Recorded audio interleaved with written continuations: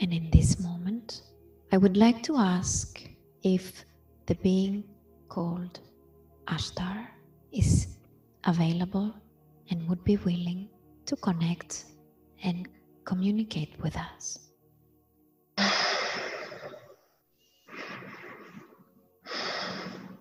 I'm here. Hello, Ashtar. Hello, Alva.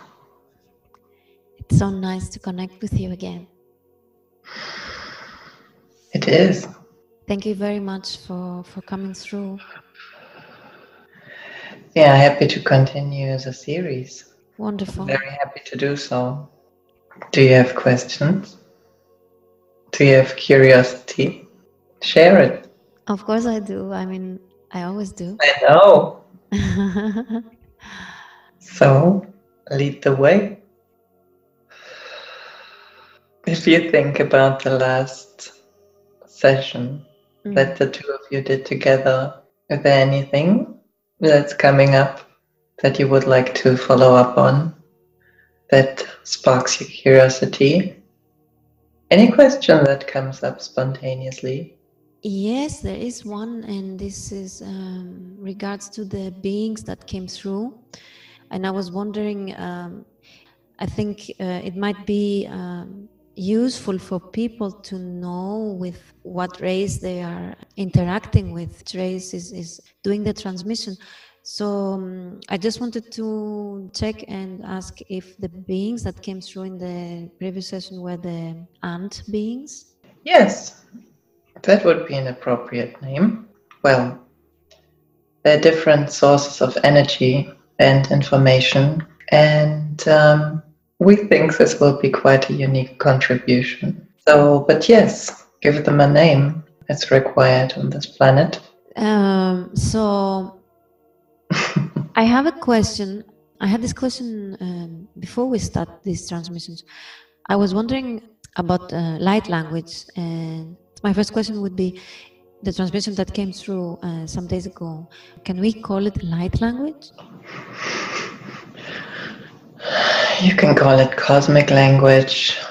Yes, I was wondering about the light language because one day I woke up during the night and I started to speak words that were creating light, balls of light, and then later on, okay, that must have been what people on Earth call light language. And I was interested in this concept. I never found information about how actually is the light language being created. I would like to explain to you what you saw when you were speaking. You were connecting to the energy level, the visual aspects of the energy that was created through what you were speaking. The same can be observed also with human language, with any type of language. It only depends on the energy that the words carry and that the person is broadcasting in the moment that they speak. So human language has some words which have a higher vibration, and light language, as you call it, and many of the cosmic languages are by nature higher in vibration. So if you speak it, the energetic pattern that is created by speaking is automatically, on average, higher than the human language. Does that answer your question? Yes, thank you very much. You're welcome. So then I would be I'm very excited to ask what have you prepared for us today? What would the transmission for today be? We would like to continue the last transmission. You got a first introduction and glimpse of the language of our beloved friend, and she would like to share more about her group, about her species, and if time allows, about the star seeds connected to her group. Yes, please.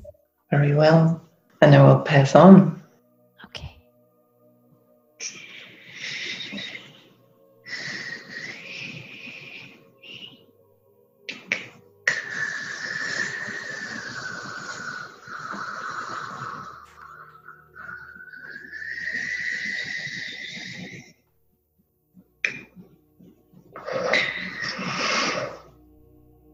I am very excited to talk to you today. Thank you. Think that I am thanking the two of you for this opportunity. It is so interesting to speak through a human vessel.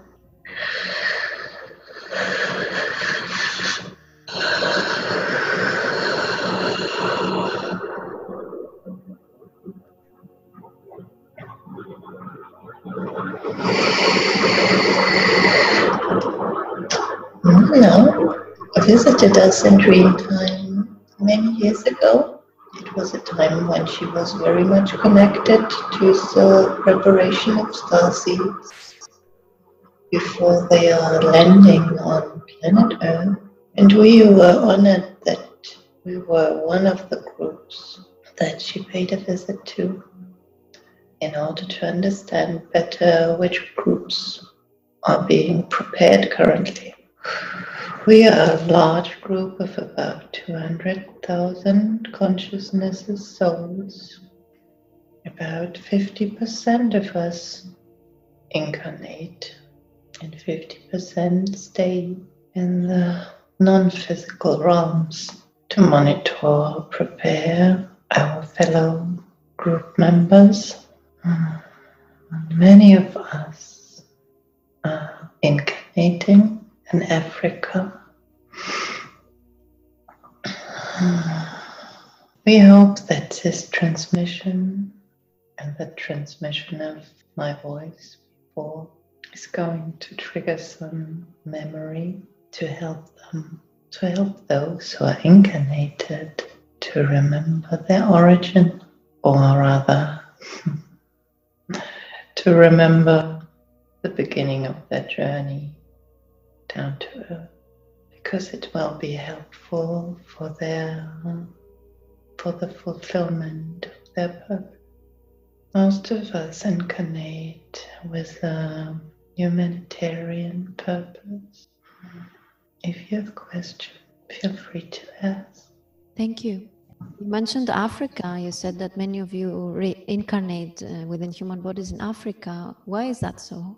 We chose the African continent for our concentrated effort. The country resonates with us. The vast landscapes that still exist, the deserts, they have a very strong energetic potential that we are hoping to tap into also while incarnated. We have a very strong affinity to crystals, which will help our group to anchor energy and to find their own strengths, mainly as it is very dense still on Earth. Are there certain crystals that you are working with?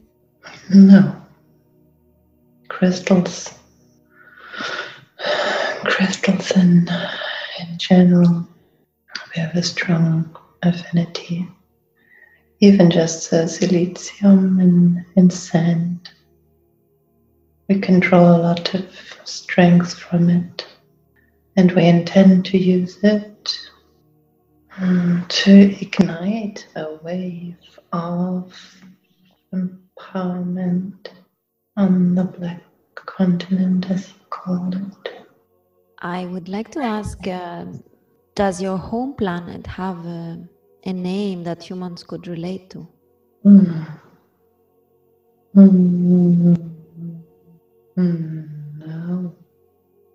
Okay. And in your planet, do you incarnate in physical bodies? Sometimes. For certain experiences, we do incarnate in dense bodies, comparable to the human body. In density comparable. We are humanoid, but we have more extremities than humans. Yes, we do have the similarity to the animal that you call ants. So the extremities, the arms, have a strong similarity. And the head the mandibula, and the antennas. So are the ants on Earth in any way connected to you, to your DNA? Yes, yes, we share a blueprint. We share a blueprint of the form, but we do not walk. We walk upright like humans do. So, unlike what you call ants. Okay. I have heard that the Hopi tribe had depicted you. Had you connected Yes. with them at that time when Yes, civilization? yes. These were our ancestors from long times ago. What do you mean ancestors? They were our forefathers. They visited Earth. Okay, so they had extraterrestrial origin and they visited Earth and they created civilizations here. My people visited Earth before, and some human groups still remember this time when they were active on Earth. Our ancestors. We are an explorative species. We enjoy visiting and researching foreign planets, interacting with species, learning, teaching, and that's what we did also in the past. And now, right now, we are choosing to also send delegations of us into human bodies, which is a very different experience, a very challenging experience, as you know. Have you been involved in the creation of planet Earth or the human beings? Yes. Can you specify your question? Yes, I've read that there is a race with this similar description as you describe yourselves, that they were actually the ones who were involved in the creation of the species here on planet Earth. You know, there are so many aspects that are part of creation, and we did play a role in the creation because we were teaching, and by this way, triggering development. This is a very large topic, and we can, if you wish, explore it in another point in time. Right now, we would really like to focus on the star seeds and surely also our history here as visitors on the planet. The chapter about how specifically we influenced and supported humanity in the beginnings, we can have a separate conversation about. It's a very large and complex subject. I understand. Thank you. So, in regards to the star seeds, do you have a message for them, your family here on Earth?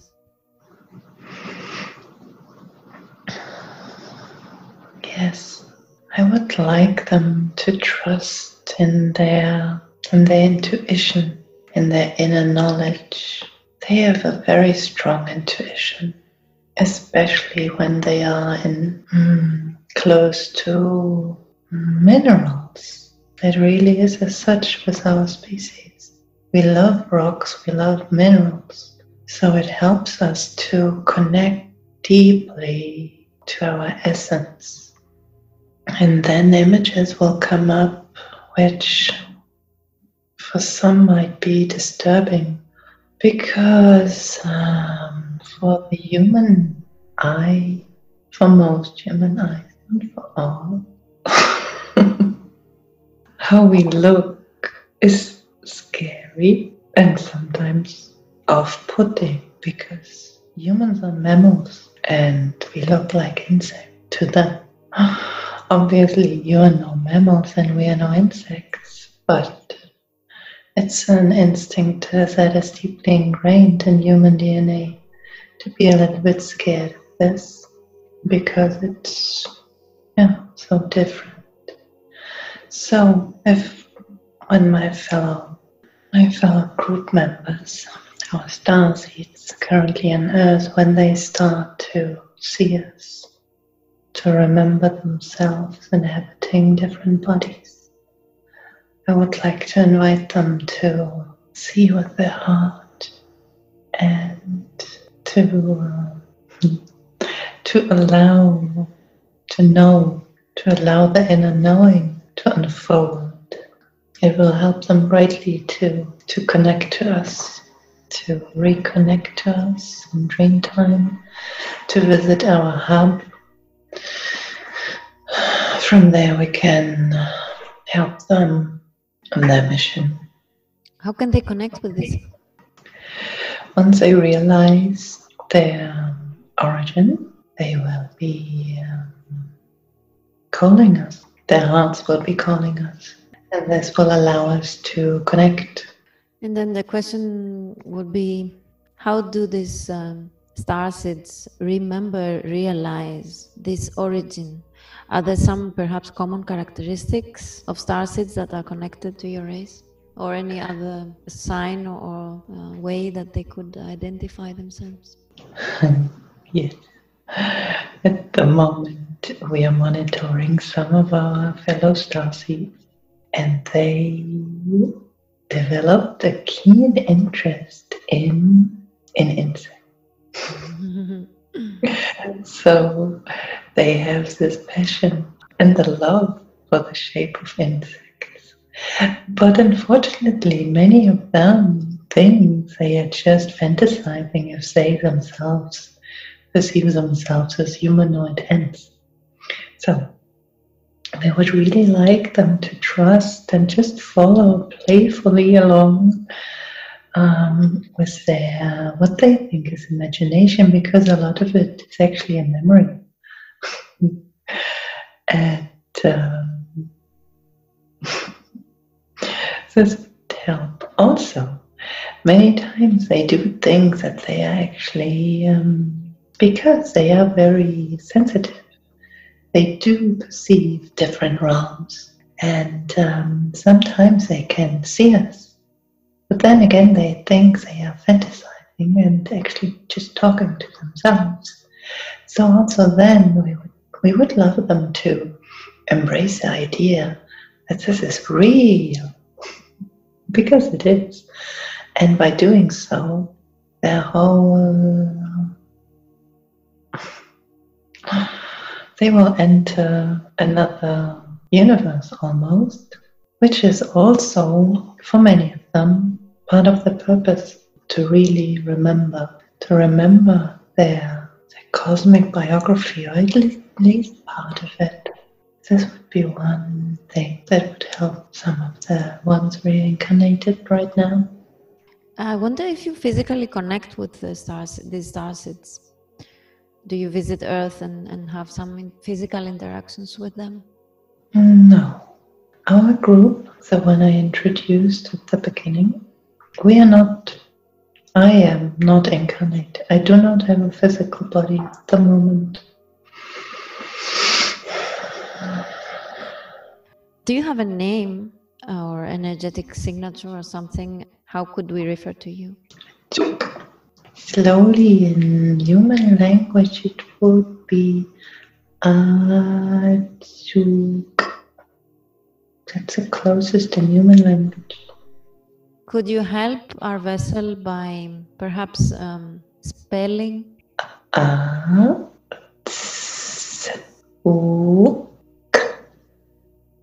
This is help. Thank you. It is interesting to speak through a human mouth. I can imagine. Do you have ships that you travel throughout the universe? Yes, even though we prefer to travel differently.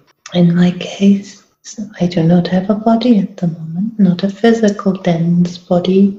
I just, the closest would be calling it to project to where I would like to be. We do not need ships for this, not if we do not have physical bodies. And our mission specifically is to either be incarnated in a human body or to be in our hub currently, the 200,000 that I spoke about. So for our group specifically, these are the travel modalities to project. And sometimes we do this.